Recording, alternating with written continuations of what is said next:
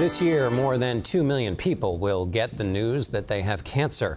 But there is new hope in the battle against the disease. Dr. Jon LaPook has the results of a just-released study. It says a new approach to treating certain types of cancer using a patient's immune system is showing promising results.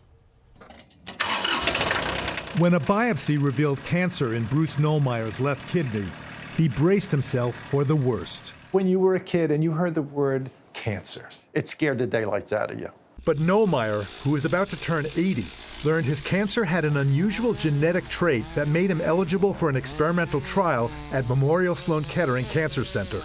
Over 6 months, he had 9 intravenous treatments to harness his immune system. They did a CT scan, and they came back and they said they don't see the tumor. And when you heard that, what did you think?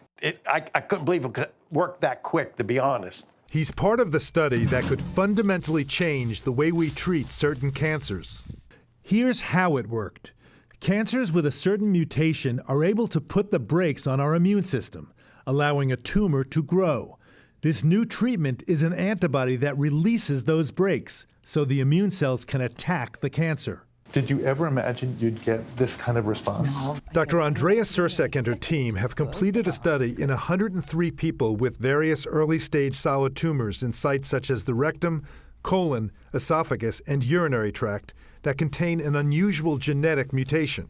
And of those, what percentage did not need any further treatment? 80% of them didn't need any further treatment. So no surgery, no chemo, no radiation, just immunotherapy. Only 2 to 3% of all early solid tumors have the same mutation targeted in this trial. So the next step for researchers is testing the drug as part of a cocktail of other immunotherapy agents.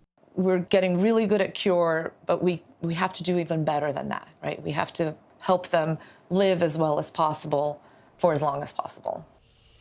Jon, you mentioned 2 to 3%, so this is happening in a small percentage of cases. What about everybody else? You know, there's certainly a ways to go, but how exciting is it to see cancer just melt away? And there's all sorts of interesting research going on, combining different types of immunotherapy and maybe adding in some more traditional treatment like chemo. And even if it doesn't totally make the cancer go away and dissolve, even just shrinking a solid tumor is a big deal. And it can mean that the kind of surgery that you need is much less severe. Such a big deal. So exciting. Concept. Yeah, exactly. When's it going to be available for everybody else?